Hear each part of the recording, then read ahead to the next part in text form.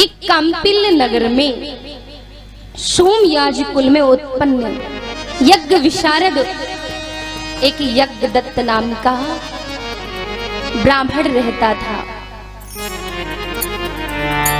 क्या रहता था? यज्ञदत्त नाम का ब्राह्मण। जैसा उसका नाम था वैसे ही उसका काम था। वेदों का जानकार था, वेद ही उसका कर्म था, परमशील था, सात्विक था, हर प्रकार के गुणों से संपन्न था। उसके लोक में कीर्ति थी भगवान शिव के यश से, और उसे राज दरबार में बहुत सम्मान प्राप्त था।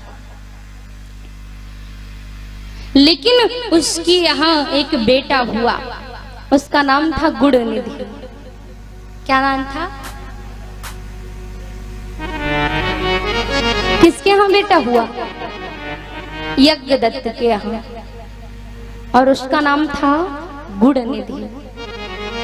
नाम तो गुणनिधि था, लेकिन काम तो उसका ऐसा था कि पूछो ही नहीं। नाम से गुणनिधि है, लेकिन पूरे अवगुणों से भरपूर है। अब गुणनिधि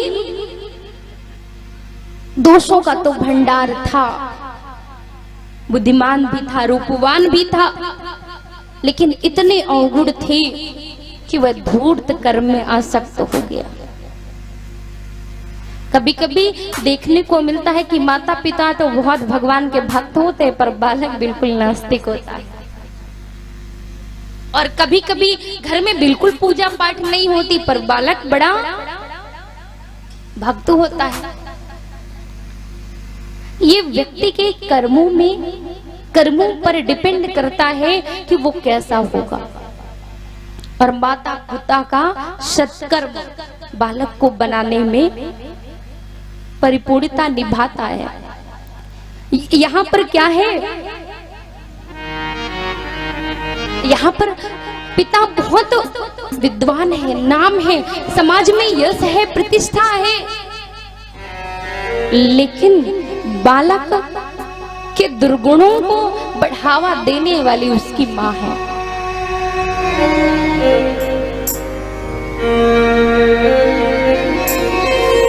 बच्चा जन्म लेता है, वो कोरा कागज है, उसमें जो लिखा जाएगा वैसी पुस्तक बन जाएगी।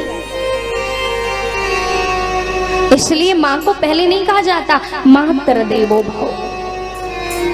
सबसे पहले किसका पूजन शास्त्रों में बताया गया है? मातृ देवो भव। उसके बाद है पितृ देवो भव। तो पहले गुरु बालक की कौन होती है? उसकी माँ।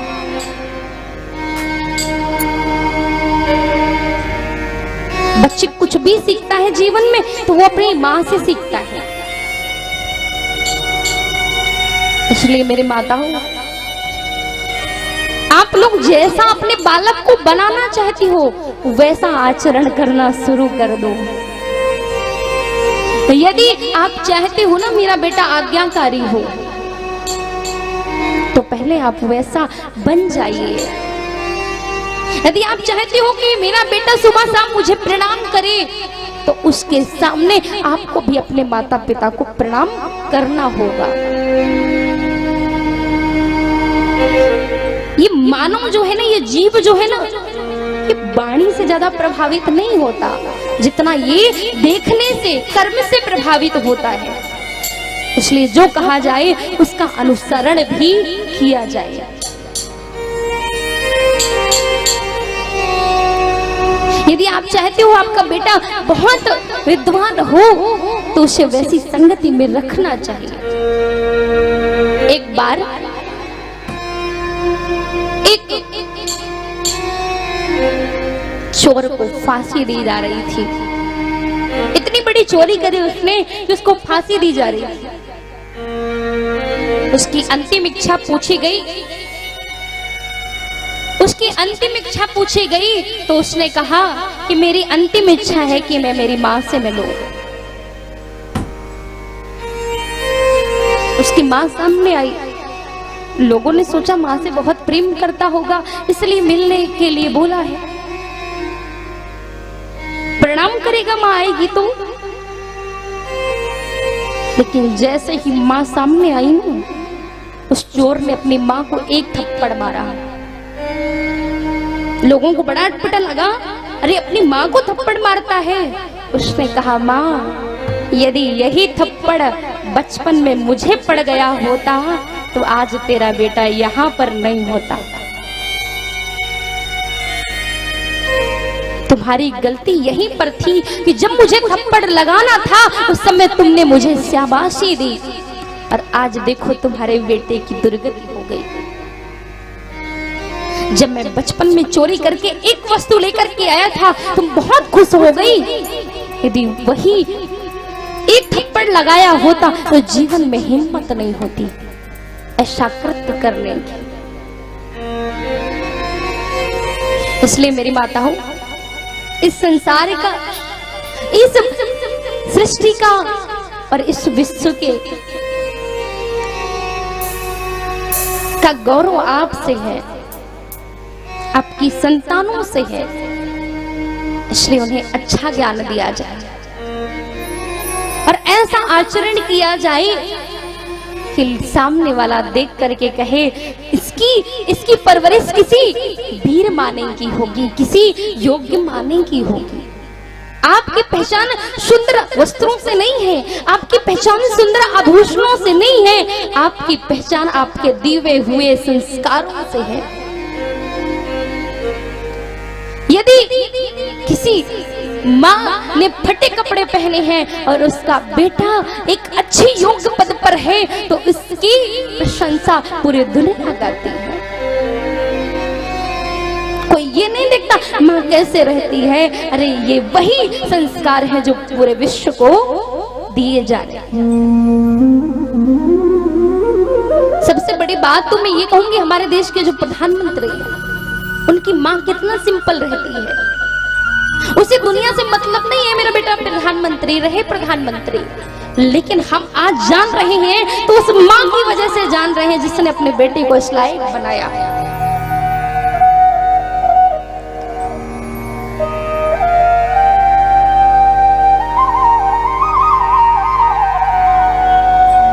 जब भी वीरों का इतिहास गाया गया ना तो उनकी माँ को भी गाया गया, उनके माँ के इतिहास को भी गाया गया है।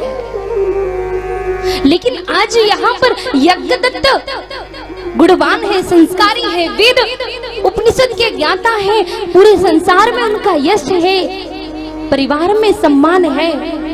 लेकिन एक माँ से उसका बेटा नहीं संभाला गया, नाम गुण नहीं दिए और आचरण से इतने दुर्गुण हैं कि कोई भी अच्छा कर्म नहीं है। माता अपने बेटे की गलती पर पर्दा डाल देती है और कह देती है, अरे पिताजी को नहीं पता चलना चाहिए, ने बहुत मार पड़ेगी। पर कभी कभी बच्चों के लिए तो माताएं अपने पति से भी झूठ बोल जाती हैं।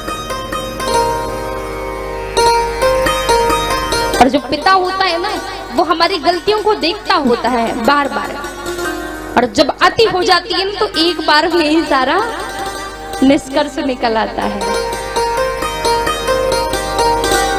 पिता की जीवन में महत्वता उस सूर्य की तरह है कि जब वो डूब जाता है तो अंधकार हो जाता है।